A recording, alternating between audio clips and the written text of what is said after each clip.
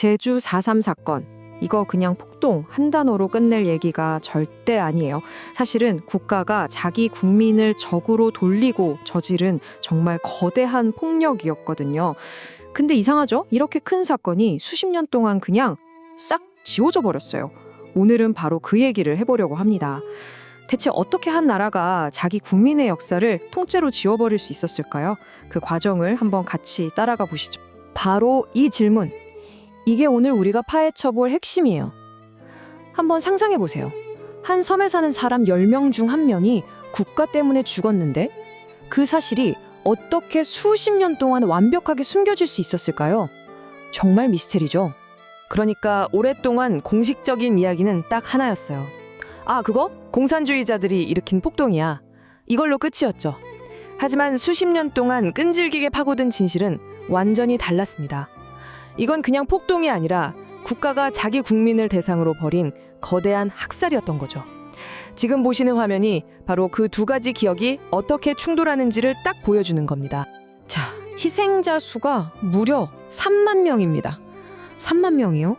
이게 당시 제주도 인구의 10% 정도 되는 정말 어마어마한 숫자예요. 그리고 중요한 건 이분들이 전투 중에 사망한 군인이나 무장대원이 아니라는 겁니다. 대부분이 그냥 평범한 민간인이었어요. 이 숫자 하나만 봐도 이 비극이 얼마나 거대했는지 짐작이 가시죠? 우리가 보통 4.3 사건이라고 하니까 왠지 4월 3일 하루에 일어난 일 같잖아요. 근데 그게 정말 큰 오해입니다.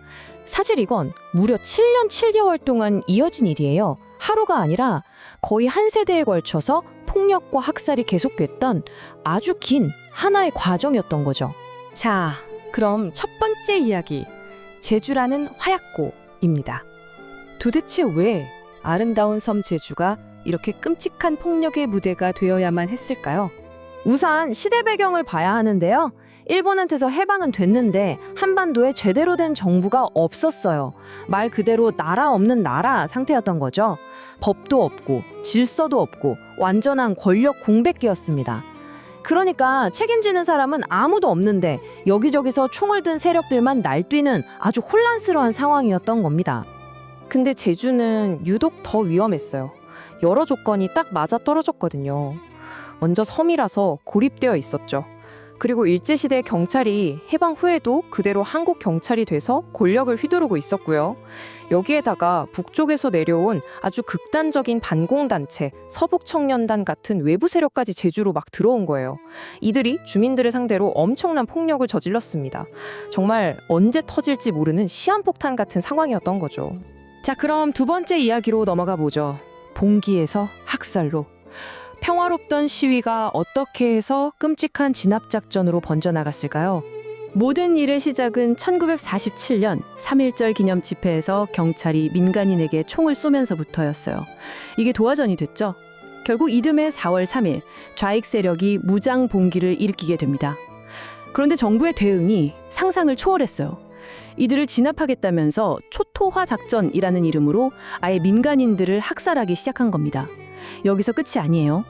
나중에 한국전쟁이 터지니까 살아남은 사람들까지 혹시 위험할지 모른다는 이유로 재판도 없이 그냥 다 죽여버렸어요. 이걸 예비검속이라고 합니다. 이 초토화 작전이라는 게 그 논리가 정말 기가 막힙니다. 뭐냐면 정부가 그냥 선을 하나 쫙 그어놓고 해안선에서 5km 이상 떨어진 중산간 지역에 사는 사람은 전부 다 폭도다, 적이다 라고 선언해버린 거예요. 그냥 그 지역에 산다는 이유 하나만으로 재판 없이 현장에서 바로 죽여도 좋다는 허가를 군인과 경찰한테 내준 거죠. 이건 사실상 특정 지역 주민들 전체에게 내린 사형 선고나 다름없었습니다. 그리고 정말 소름 돋는 증언이 남아있어요.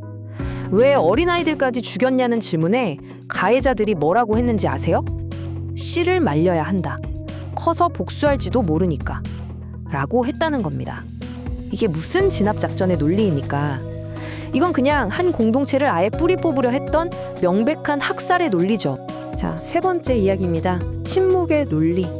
이렇게 끔찍한 짓을 저지른 사람들은 왜 아무도 처벌받지 않았을까요? 정말 궁금하지 않으세요? 무려 3만 명이나 되는 자기 나라 국민이 죽었는데 어떻게 책임자 중 단 한 명도 제대로 된 처벌을 받지 않을 수 있었을까요? 이게 바로 제주 4.3이 가진 또 하나의 정말 거대한 비극입니다. 진실을 덮어야만 했던 이유는 크게 세 가지로 볼 수 있어요. 첫 번째, 막 세워진 대한민국이라는 나라의 출발이 자랑스러운 독립이 아니라 자국민 학살이라는 걸 인정할 수가 없었던 거예요. 국가의 정당성이 흔들리니까요. 두 번째, 공산주의를 막는다는 이 반공이라는 게 당시에는 절대적인 신화였거든요. 근데 그게 사실은 무고한 사람들을 죽이는 핑계였다는 게 드러나면 안 됐던 거죠. 그리고 가장 결정적인 세 번째 이유, 바로 학살을 명령하고 주도했던 그 사람들이 해방 후에 군대, 경찰, 정부의 높은 자리를 다 차지하고 있었던 겁니다.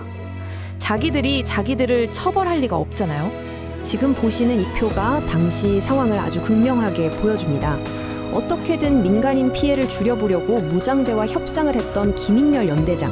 이 사람은 결국 군대에서 쫓겨났어요. 반면에 초토화 작전을 밀어붙여서 대규모 학살을 이끈 송요찬 연대장은요, 나중에 군대 최고위직까지 올라가면서 승승장구했습니다. 참 기가 막히죠. 학살을 막으려 한 사람은 벌을 받고 학살을 저지른 사람은 상을 받은 꼴이니까요. 자, 이제 마지막 이야기입니다. 끝나지 않은 질문. 수십 년간 강요되었던 그 끔찍한 침묵은 과연 제주에 무엇을 남겼을까요? 살아남은 사람들은 어쩌면 죽은 사람들보다 더한 고통을 겪었을지도 모릅니다. 빨갱이 가족이라는 낙인이 찍혀서, 그러니까 연좌제 때문에 평생을 감시당하고 직장도 제대로 못 구하고 자식들까지 불이익을 당했어요. 4.3에 대해서 입을 떼는 것 자체가 목숨을 거는 일이었죠. 그러니 그냥 침묵하는 것만이 유일한 생존 방법이었던 겁니다. 그 기나긴 침묵 속에서 가족과 마을은 서서히 그리고 깊이 병들어갔습니다. 국가가 미안하다, 우리 잘못이다 이 한마디를 하는 데까지 무려 50년이 넘게 걸렸습니다. 2000년대가 되어서야 겨우 국가 차원의 진상조사가 시작되고 대통령이 공식적으로 사과를 했죠.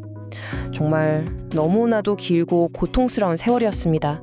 제주 4.3은 그냥 오래된 슬픈 역사 이야기가 아닙니다. 이 사건은 지금 여기를 살아가는 우리 모두에게 아주 무겁고 근본적인 질문 하나를 던지고 있거든요. 바로 이겁니다. 국가는 과연 언제, 어떤 상황에서 자기가 지켜야 할 국민에게 등을 돌리는가? 이 질문을 잊지 않고 계속해서 그 답을 찾아 나가는 것, 그것이야말로 우리가 이 아픈 역사를 끝까지 기억해야 하는 진짜 이유가 아닐까요?